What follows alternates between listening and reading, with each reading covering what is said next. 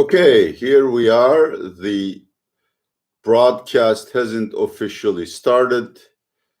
Checking microphone and other technical jinga magic on which I'm not very good at, and awaiting a phone call from my producer to make sure I'm at the right channel. I am at the right channel.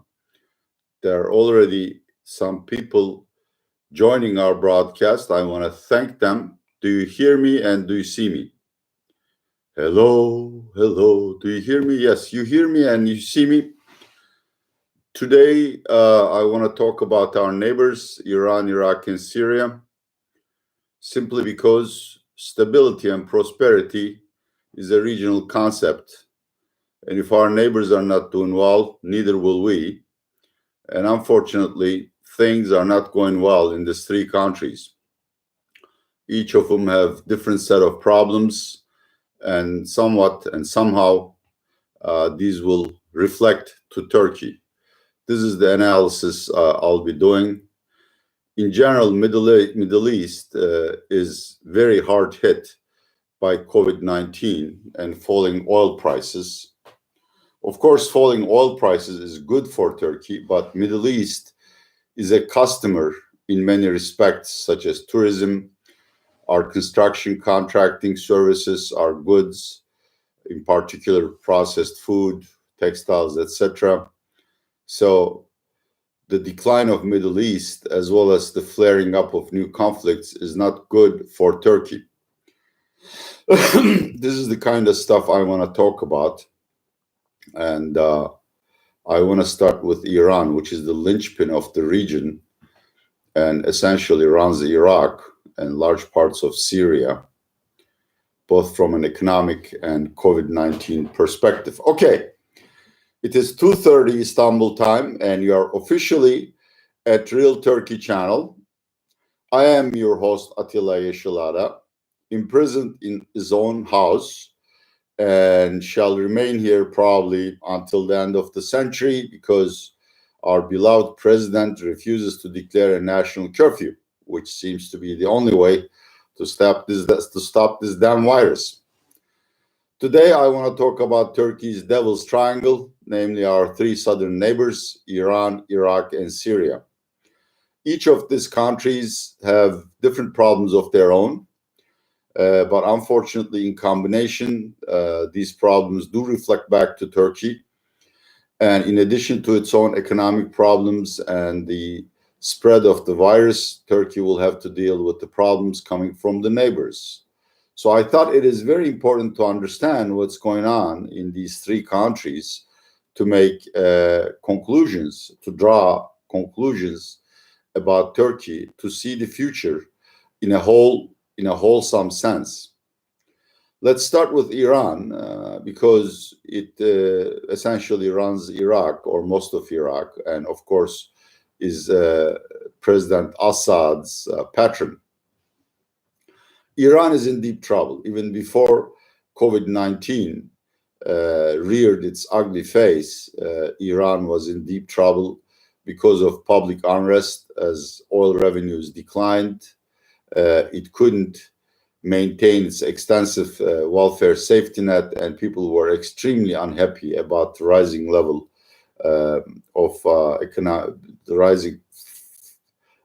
of poverty.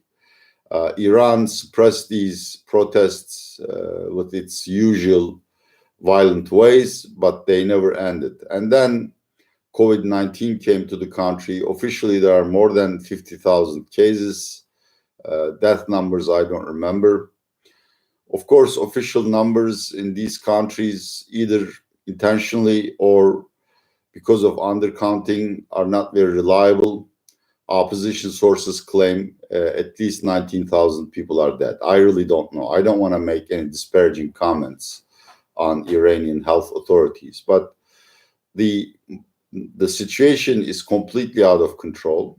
And I have consulted a lot of health sources, even though I'm just an economist, not a medical professional.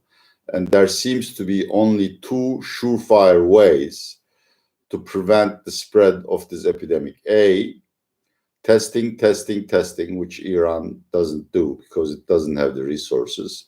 B, a complete and stringent curfew.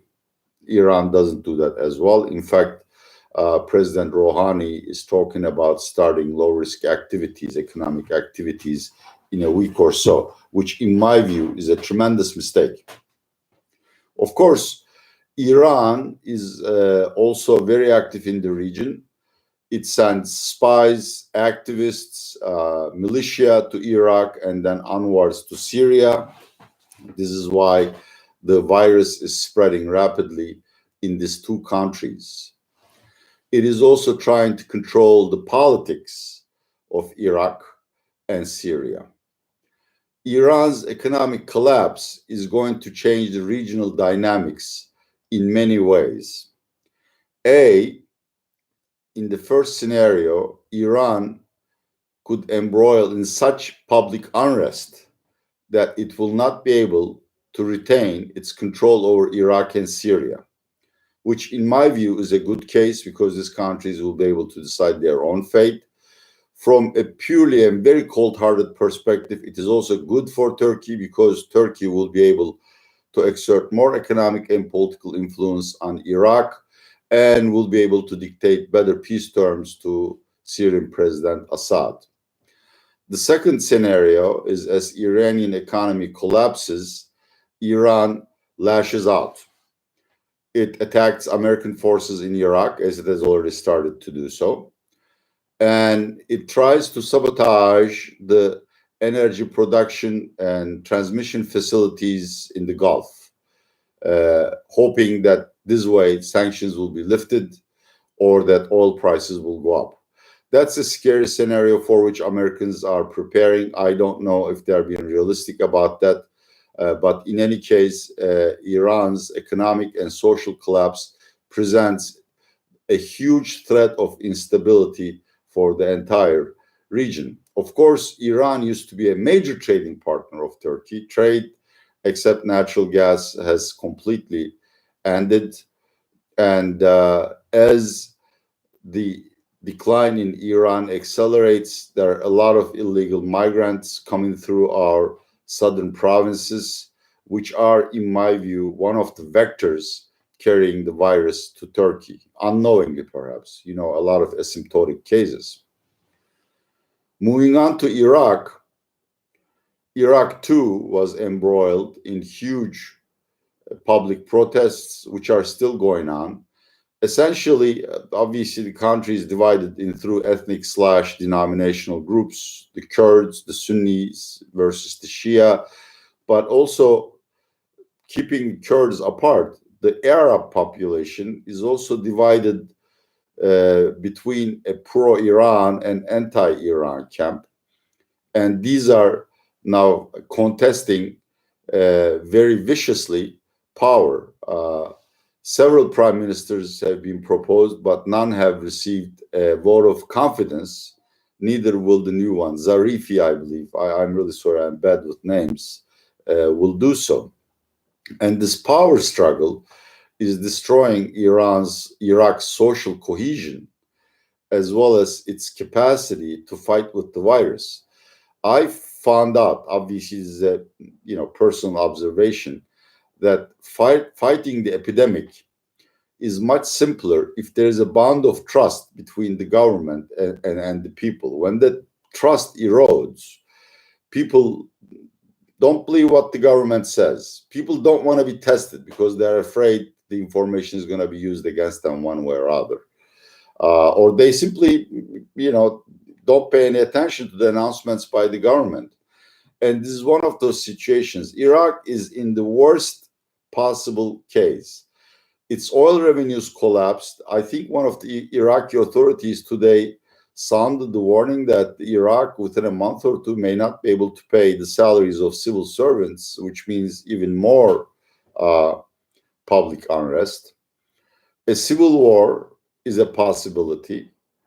Iraqi oil production collapsing, or exactly the opposite, Iraq pumping as much oil as it is physically capable to make up for the lost revenue, and thus uh, annulling any future agreement between OPEC, United States, and Russia is a possibility.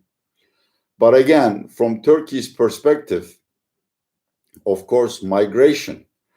Already, Iraqis were the number 2 purchasers of real estate in Turkey. There are a lot of Iraqi migrants, legal or illegal, in Turkey. I think the number is over 200,000, officially speaking. And I'm afraid this migration will accelerate, adding more burdens on Turkey's health system and welfare system. Iraq used to be one of our largest trading partners. We used to sell at least $10 billion worth of goods and used to get very lucrative trading contracts. This is now all over. Our losses because of Iranian collapse in terms of trade is not that big, but the loss of Iraqi market is going to matter hugely to Turkish exporters and to Turkish construction companies. And now moving on to Syria.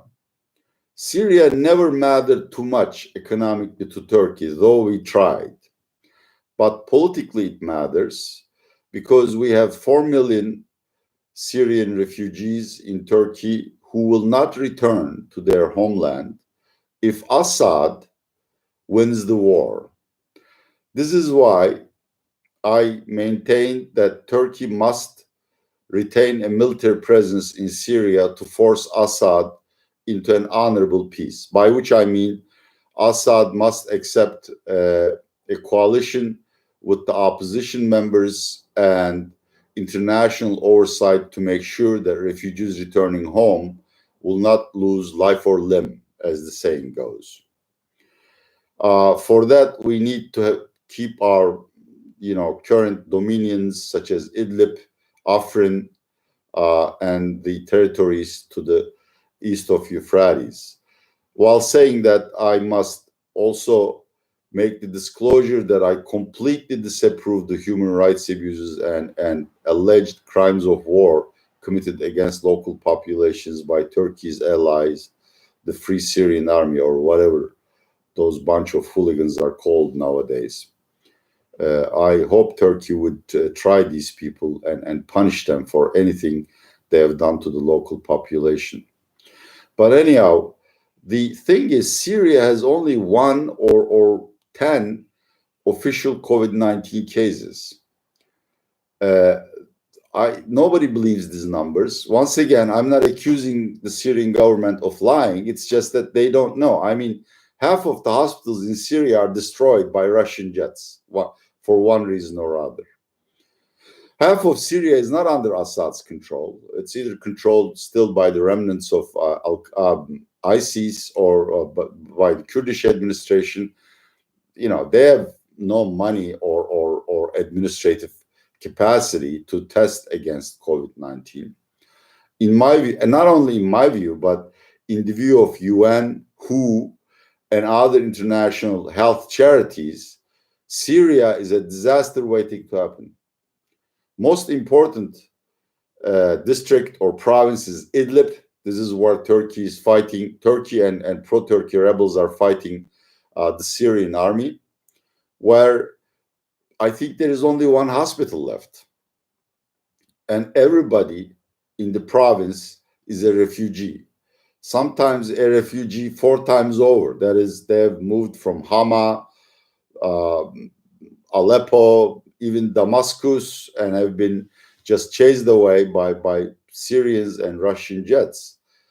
At least 1.5 million of these refugees are herded in a very narrow band at the Turkish border.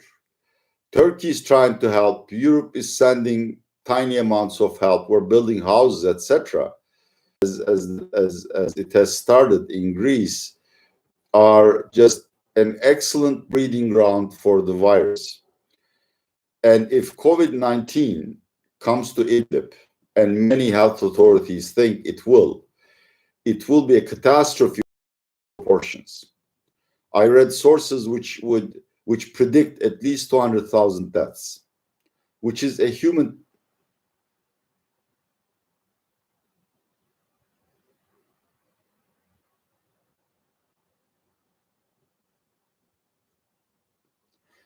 Okay, there was a temporary cessation of service. So let me repeat what I've said last. If COVID-19 comes to Idlib, it will probably leave 200,000 corpses behind, which is a human tragedy of unbelievable proportions.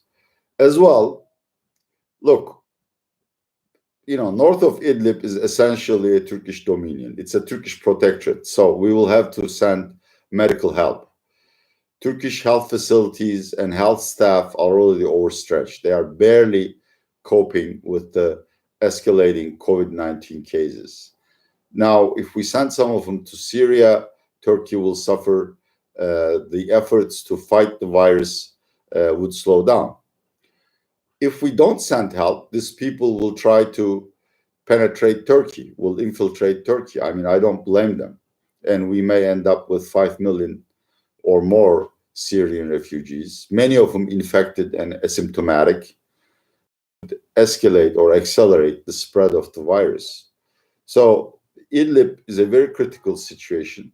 Calls for a permanent ceasefire have been made, but unfortunately, these have been completely ignored. And over the last 2 days, Hayat Tahrir al-Sham, this is the pro-Al-Qaeda rebel group, terrorist maybe, I don't know. In Syria, these terms are so elusive. And the Syrian army started fighting again. If there's another campaign by Syrian army, Turkey will have to respond, which means sending the army again in Syria, more casualties, a higher prospect of infection in our army, and more refugees fleeing to Turkey. At the end, in the short term, an outbreak in Idlib is the scariest scenario for Turkey. In the medium term, illegal migrants coming from Iran and Iraqi societies, as these enter into a long-term decline, threatens Turkey's economic stability and the combat efforts against COVID-19. In the longer term, I think Turkey has lost very lucrative markets. And if you look at the economic literature, you would see countries that are surrounded by prosperous, peaceful, and free trade neighbors do better than others. Turkey, unfortunately, doesn't have that luxury. Thus, Turkey's recovery from the economic slump resulting from COVID-19 would be much slower than from past crises such as 2009 or 2001. And I can't rule out the ugliest scenario of an unstoppable flood of refugees from neighboring countries inundating and overwhelming Turkish health services. Okay, the voice has been 80 minutes. Thank you very much for watching Poor Attila Yeşilada. My next broadcast would be on economic data in Turkey. I want to thank all of you for watching Real Turkey channel and would encourage you again, if you like it, to subscribe and share. Goodbye now. Stay home, stay safe.